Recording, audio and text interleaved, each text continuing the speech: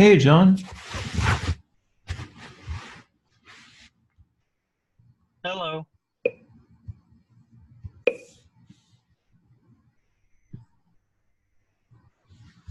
Hey, John. It's Mike. Hi, Mike. Is Hi. anyone else here? Not yet. No. You look like you're in a car. I am. I just parked.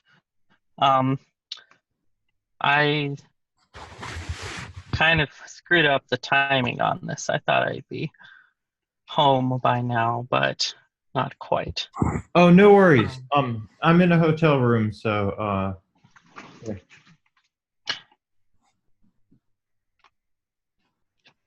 Oh, Steven's here. okay. Yeah. Hello. Hey, Steven. Hello. Well, maybe we should get started. It's 5 past. I guess it's just Uh, us. do we have I'm confined it, but do we have the um, PurePad link? Yeah, you mean CryptPad, but yeah. Yeah. Sorry, hold on a second. I'm trying to find it. Uh,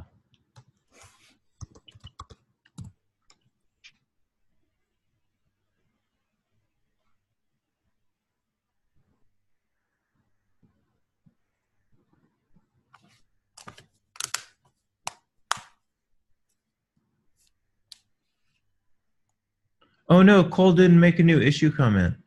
Here, I'll make one.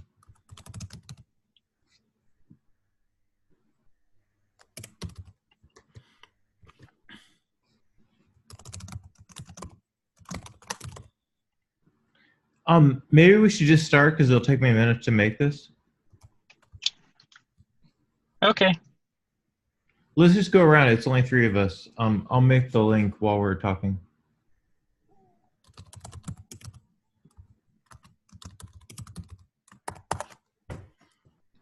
Should we just pick someone? Okay. Uh, How about you, John? Then I'll go. Then Stephen. Then Patrick B. Hey. Okay, sure. So, I have been um, kind of busy with things in my personal life, but I've been working um, on the resource management interfaces. So this has been I talked to Stephen about this a little over a week ago.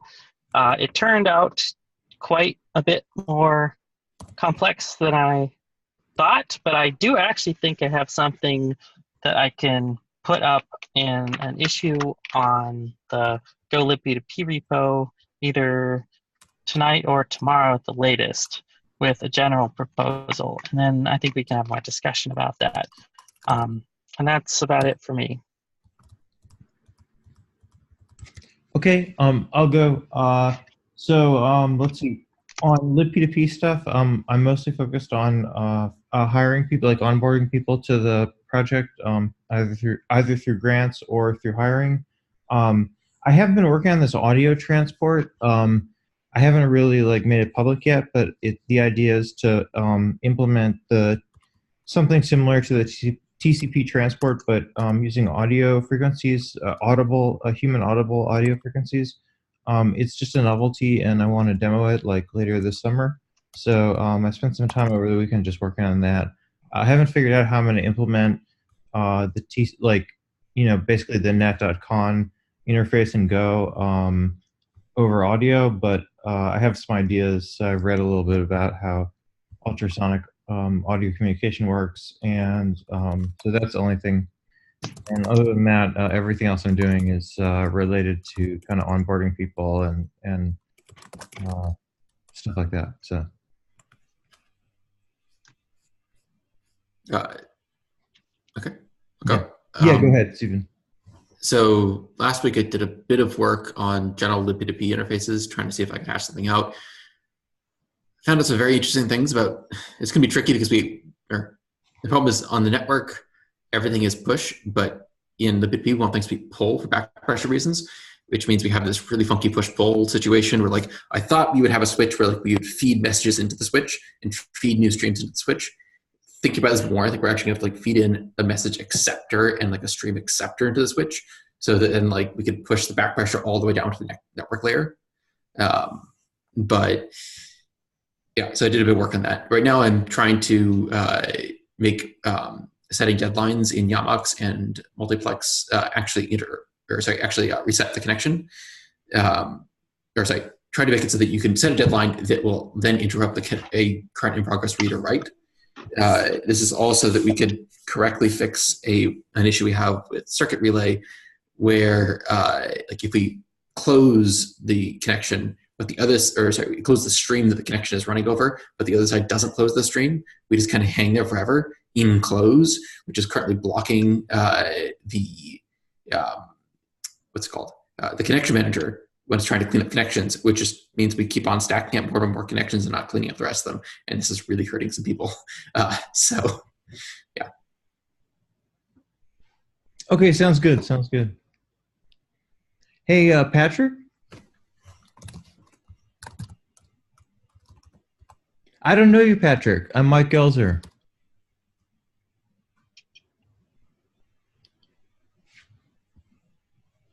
Okay, you're unmuted, but we can't hear you, so.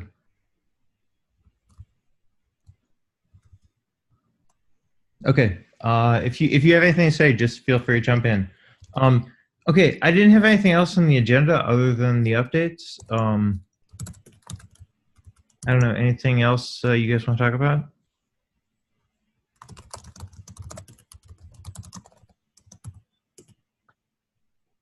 Nope. Okay. All right. One thing I am curious about, Stephen, is I think we should talk about this offline. But why does wanting things to why pull instead of push? I mean, in other words, push and pull really aren't.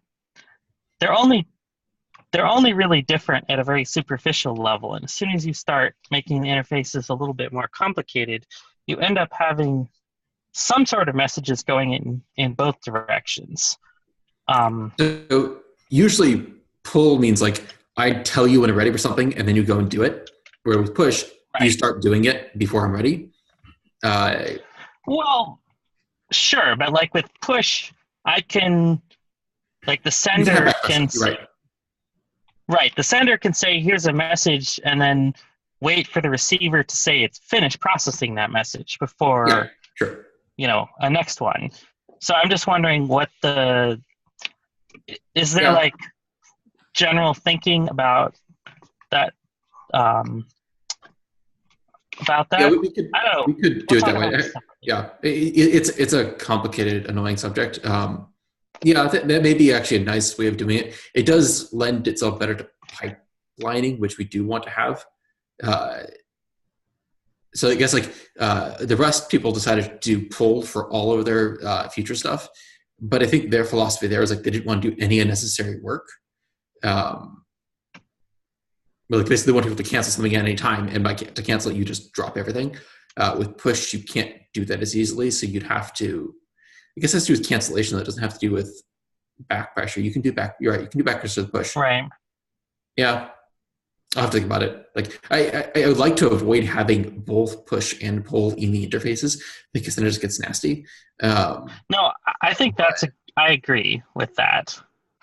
Yeah, and like the other thing I would kind of like to do is I would like to have at least like the user-facing interface to be okay. I find if you push into the swarm and then you pull out of if you push into the switch and you pull out of the switch, like that's we have that kind of split. The reason I kind of want to have pull out of the switch is it makes it easier to cancel. I guess that really is where the cancellation comes in. Where like if I say like you use pull when accepting messages, then you create an acceptor, then you close the acceptor. That's kind of a standard pattern. If you do, push when accepting messages. That case is also harder to have back pressure. Sorry, that's actually a case where it is hard to have back pressure because like if I say set handler, then the the switch has two options. It can either have one handle loop and just like block until handle returns, which means it can only use one CPU, or it could spawn off a go routine per accept, but then somebody have back pressure. Right. So like that's actually one case where it is useful to have pull. Maybe feeding into the switch is less of an issue because there I can feed in from multiple places, and the switch can basically buffer internally and decide when it wants like stop accepting new things, and that's how you deal with back pressure. It does. Oh, actually, no, I forgot. There is some. Well, as long as you have a channel as the interface. If you have channel as the interface, you can time out. If you don't have a channel, then it's hard to like say, okay, like it's harder to drop things. I'll have to think about this. It just gets kind of nasty. Okay. But Yeah. it's I've thought about this problem a bit before, so if you want to talk about it, we can. okay, not tonight. It's too late. No, not tonight. Okay. That's it for me.